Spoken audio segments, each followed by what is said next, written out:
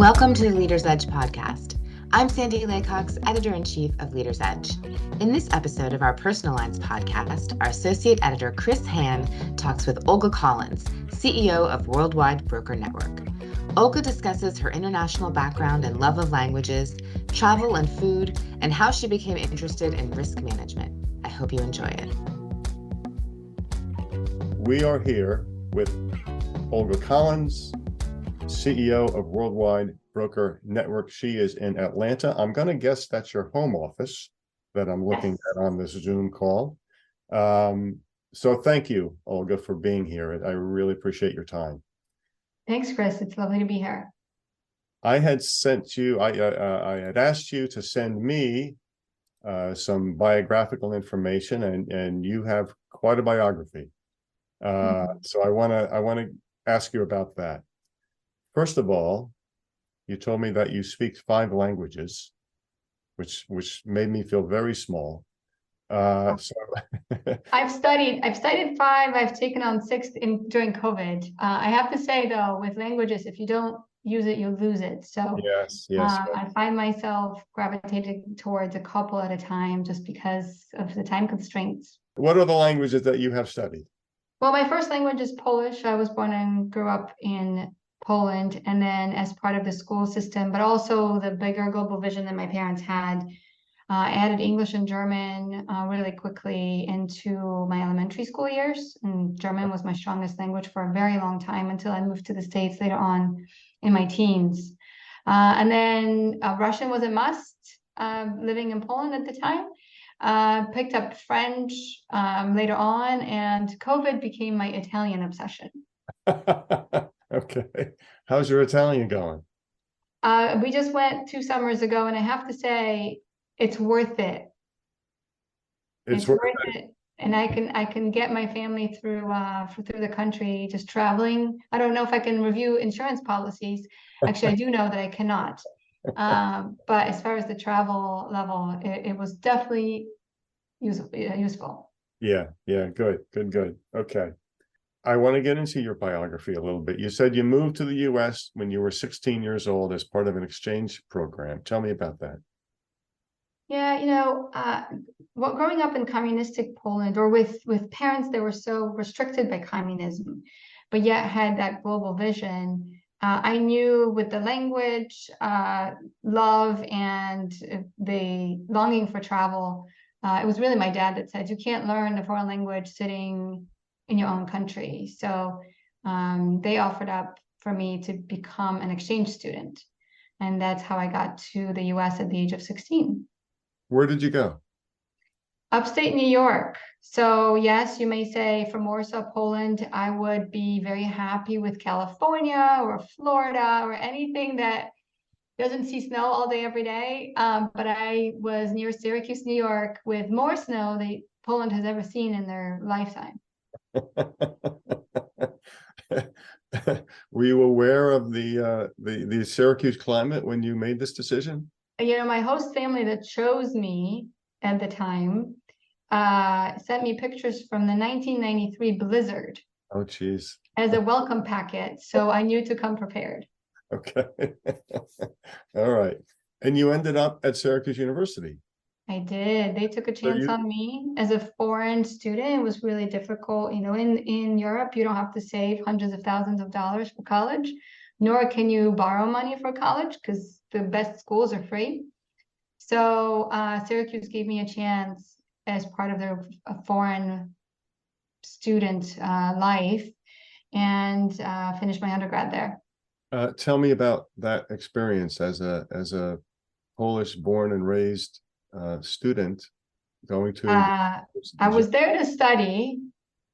I have to say, I had to keep a certain amount of GPA in order to keep my scholarship. So I tell my kids right now that I did not have your typical American college experience, and I'm kicking myself for it, but it was just out of necessity at the time.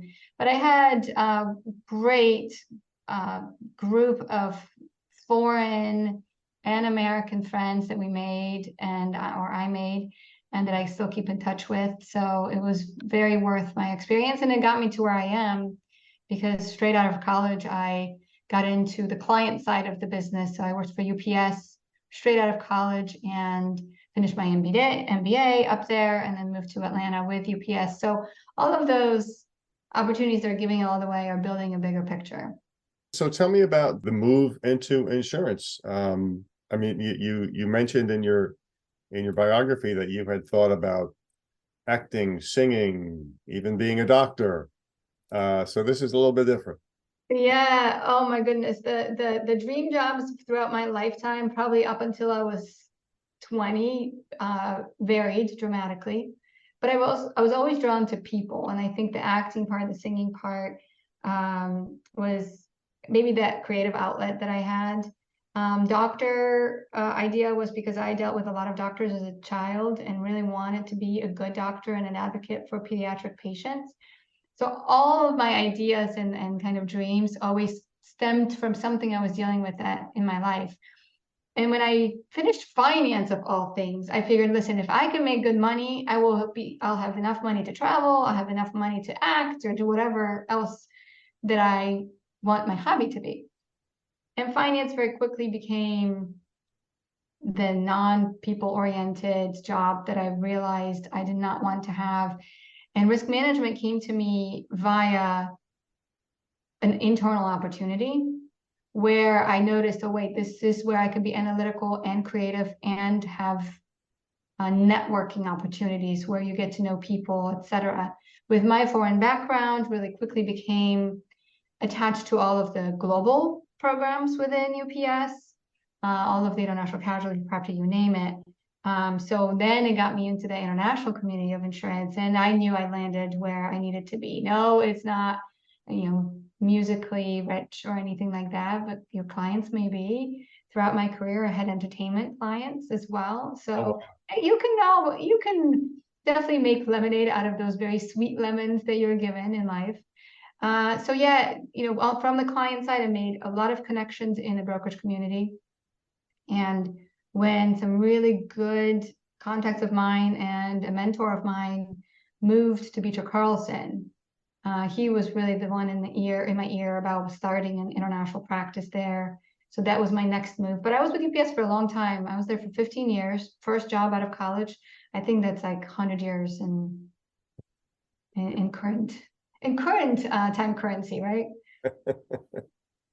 You describe risk management as a perfect blend of your love for people, travel, and analytics. Mm-hmm. Tell me about that. So in my role within WBN, we take relationships as the key to our success. And we are a network of 150 plus brokers from around the world that have the entrepreneurial mentality. And having a close relationship with each and caring about each other's business is really what drives our success. I was in a pseudo production role or helping production lure clients away from the very traditional focus on everybody has to have the same name in order for things to work. It's quite opposite in our space where we are so close. We see each other 3-4 times a year. That relationship with the brokers around the world makes our client service rise to the top. So the relationship aspect, because I'm 100% international, so that feeds that fuel or that fire in me. And then analytics, of course, without that, you can't really make it in insurance. So having the combination of the three is where I'm happy. You mentioned you spend all your money on food and travel. Yes. We talked a little bit about travel, and so I want to ask about food. Tell me about your food interests. Well, I think it goes with travel. I've always been a foodie my whole life, but when you travel, you taste different cultural standards and creativity. It's the next level. Every time we travel to a new location, we actually come home and we have a group of friends where we host a dinner and we make everybody dress up in that local culture. Oh, wow. Theme, and we decorate the table a certain way. So my Portuguese night is coming up shortly, and then we cook food as authentic as possible. So I love to eat, but also I love to cook. What are you cooking for Portuguese night? Well, we brought a bunch of canned fish, sardines, etc. We'll go get some clams, PAP chicken. We brought some pastries back that we can bake too. Oh, wow. Okay. What time is dinner? No, I know, come on over. all right. Um, back to travel. How often do you get back to Poland? You still have family there, correct? I do. I try to spend a few weeks in the summertime, and then anytime I'm in Europe for business, I'll pop in for a weekend. So it's a couple times a year, which is never enough. But it's better than it used to be. You know, when you're in college and broke, we didn't see each other very often. So now it's much better. You have been in the industry your whole career. Mhm. What's kept you in the industry? What's been the appeal for you? For me, it's the international piece of it, the aspect of dealing with people, working with people, and succeeding with people from all around the globe all the time. It's kept me here. I think if I stuck to the finance side, I would have been, a struggling musician somewhere at that point. I'd give up on that side quickly, but this is really fueling. There's a lot of creativity involved in our industry, especially nowadays with some of the new things that come up. There's never a dull moment, especially when you're dealing with people from all over the globe. There's some news, some impact coming in daily. So the flavor of the day changes.